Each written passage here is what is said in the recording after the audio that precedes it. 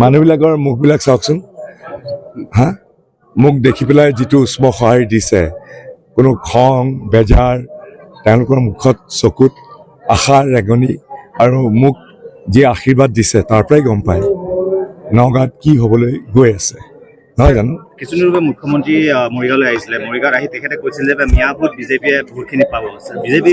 তেওঁ সেই একেজন ব্যক্তি মই মুখ্যমন্ত্ৰী বেবীবাং কথা কিয় আপোনালোকে মোৰ পৰা উত্তৰ বিচাৰে কওকচোন তেওঁ বিভিন্ন জেগাত বিভিন্ন ধৰণৰ কথা কয় অসংলগ্ন কথা কয় আজি দেখোন অলপ দিনৰ আগতে কেইটা বছৰ ধৰি পেলাই কৈ আছে আমাক মিয়াৰ ভোট নালাগে নালাগে নালাগে হঠাতে বৰণ সলাই যেনেকৈ বৰণ সলোৱা তেওঁ সিদ্ধহস্ত আহি পেলাই মৰিগাঁৱত এইখিনি কথা কৈছে এতিয়া ভক্তিত গদ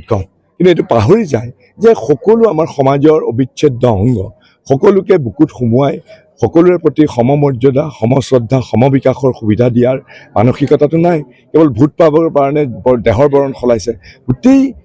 তেওঁ কাৰ্যকাল 2016 চনৰ পৰা কেৱল অপমানেই কৰিছে এই চাম লোকক কেৱল উপলুঙাই কৰিছে কেৱল বৈষম্যই কৰিছে এতিয়া হঠাতে ভোট পাবৰ কাৰণে মানে